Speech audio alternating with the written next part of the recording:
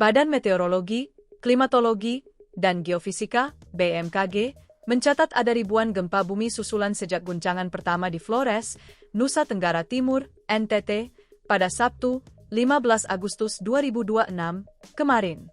Berdasarkan data yang diterima tribunnews.com, per Rabu, 19 Juli 2026, pukul 5 WIB, sudah ada 2.768 gempa susulan mengguncang wilayah Flores, rinciannya.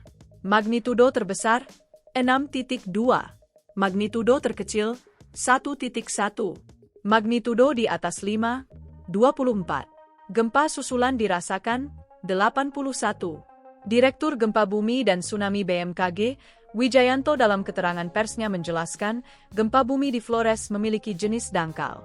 Penyebabnya aktivitas tektonik di Flores Back Arc dengan mekanisme pergerakan naik, thrust fault. BMKG memprediksi akan terjadi gempa susulan sampai 4 minggu ke depan. Berdasarkan data sementara gempa susulan ini akan berakhir 3-4 minggu ke depan, kata Wijayanto. Wijayanto melanjutkan, BMKG telah menerjunkan tim gabungan dari pusat dan UPT untuk melakukan survei gempa bumi merusak. Meliputi survei makroseismik, pengukuran mikrotremor dan MASU untuk mengetahui karakteristik serta respons tanah terhadap guncangan, monitoring gempa susulan, dan verifikasi dampak tsunami di lapangan. Survei ini bertujuan mendukung proses pemulihan dan rekonstruksi pasca bencana sekaligus menjadi dasar pemetaan mikrozonasi pasca gempa, evaluasi kondisi wilayah terdampak, serta penyusunan rekomendasi mitigasi dan rekonstruksi yang lebih aman. Wilayah prioritas berfokus pada daerah dengan kerusakan sedang hingga berat serta dibandingkan dengan lokasi yang relatif tidak mengalami kerusakan. Lebih lanjut, BMKG melakukan sosialisasi dan edukasi kepada masyarakat terdampak untuk memberikan pemahaman yang tepat serta membantu menenangkan masyarakat dalam menghadapi kondisi pasca gempa. Masyarakat juga diimbau agar menghindari bangunan yang retak atau rusak diakibatkan oleh gempa bumi, serta mewaspadai gempa bumi susulan yang masih terjadi, tegas Wijayanto. BMKG akan terus memantau aktivitas gempa bumi susulan dan menyampaikan pemutakhiran informasi secara berkala kepada stakeholder dan masyarakat.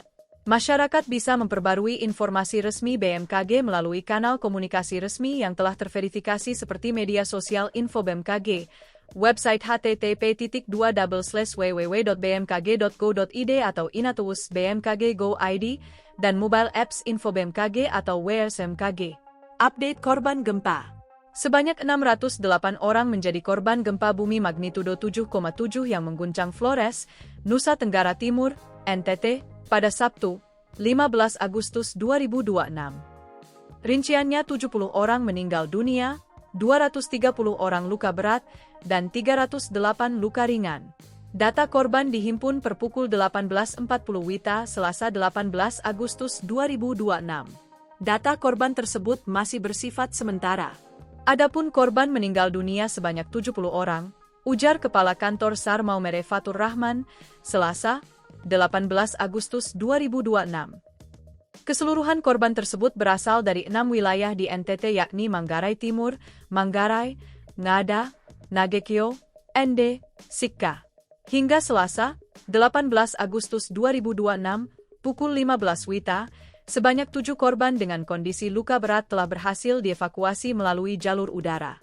Para korban mengalami sejumlah cedera, di antaranya patah tulang, dislokasi, trauma vertebralis, serta luka parah pada bagian tangan. Kepala Badan Nasional Pencarian dan Pertolongan, Basarnas, Marsikal Madya TNI Muhammad Syafi, mengatakan proses evakuasi dilakukan secara bertahap dengan mengutamakan korban yang membutuhkan penanganan medis segera.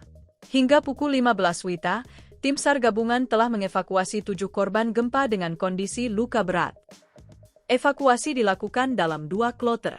Kloter pertama menggunakan helikopter Dauphin dengan membawa 3 korban dan tim medis, sementara kloter kedua membawa 4 korban, katanya.